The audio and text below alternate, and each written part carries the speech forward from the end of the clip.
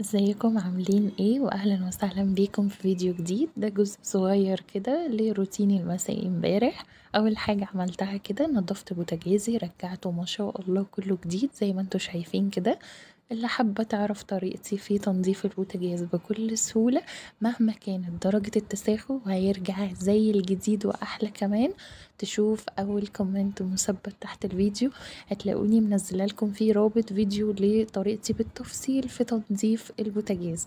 هستنى رأيكم طبعا في التعليقات، ويا ريت طبعا لو انتي جديدة في القناة تشتركي في القناة، هفرح جدا وتفعلي علامة الجرس علشان يوصلك إشعار بكل فيديو جديد، وكمان تعملوا لايك للفيديو ده. زي ما انتوا شايفين كده ما شاء الله انا برجع البوتاجاز ما شاء الله نضيف. لكن العيون اللي هي اللي لونها اسود دي اقصى درجة نظافة انا بقدر اوصل لها، وبص يعني الحمد لله راضية عنها طبعا، لان اللي يهمني السطح الستانلس ده نفسه هو طبعا، والمراية. عايزة اقول لكم تركية صغننة كده سريعا في حوار المراية ده. امسحوا المراية بالجلانس بعد ما تدعكوها بسلك المواعين والبريل، امسحوها بالجلانس وبقماشة كيس خدادية قديمة عندكم، بجد هتسهل عليكم جدا. المهم ابقوا شوفوا الفيديو بقى وهستنى رأيكم.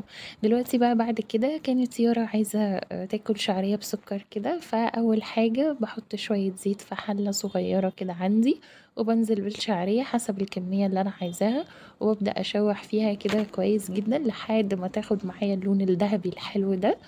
وبعد ما خلاص بقى يبقى لونها ذهبي بنزل عليها مية عادية خالص، حسب معيار الشعرية بنزل المية، يعني أزيد منها بحاجة بسيطة كده زي الرز بالظبط. بعد كده بصب عليها على طول بقى زي ما انتوا شايفين كده، بحط سكر. هنا انا حطيت نص كوباية سكر بس، لما دقت الشعرية في الاخر لما استوت يعني حسيتها محتاجة شوية سكر كمان. وبعد كده حطيت كيس من الفانيليا وبقلبهم كده مع بعض. وفي بقى حركة حلوة جدا بتفرق في طعم الشعرية، وهي ان انتي لو عندك زبدة حطي مكعب زبدة بعد ما تخلصي الخطوات دي كلها، يسيح بس في وسط الشعرية. عايزة اقول لكم بيخلي طعمها في حتة تانية خالص. انا ما كانش عندي زبدة، كان عندي سمنة. بس هنا كنت بوريكم ان انا اهو بفضي كيس الفانيليا بعد ما حطيت السكر، وبدوب الفانيليا معاهم برضو بقلبها كويس. وبعد كده بقى كان عندي سمنة كريستال. جبت معلقة كبيرة كده حطيتها على الشعرية ودوبتها كده في قلبها كويس، وبعدين بديها تقليبه واسيبها تسيح بقى مع الشعرية.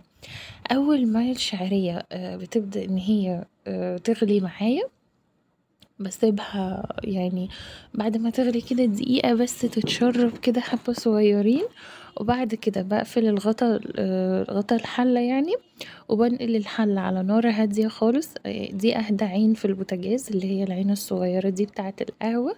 هنا هي كانت خلاص استوت، كنت بوريها لكم بصوا لونها حلو ازاي. عايزة اقولكم ريحتها بقى بتبقى جميلة جدا، بتبقى حلوة قوي مالية المطبخ، وكمان وانتي بتاكليها كده بتبقى ريحتها وطعمها كمان حلو جدا. دي اسهل حاجة حلوة يعني تعملوها لولادكم. هنا بقى كنت خلاص غرفت الشعرية كده، ده الطبق بتاع يورو. لا ده طبق يارا اللي هو الصغنن ده، وانا الطبق ده كده. كانت يارا بقى حابة تجرب تاكلها بالحليب وكده، فكان عندي كده حليب بخيره. فيارا هي بقى حبيبة قلبي بتصب بقى شوية لبن كده، وبنقلبهم بقى في بعض وتقدميها لولادك. ممكن طبعا تحطي عليها قرفة لو عندك، يعني ينفع لبن او ينفع قرفة، ممكن طبعا زبيب، جوز هند، حسب بقى كل واحد وذوقه.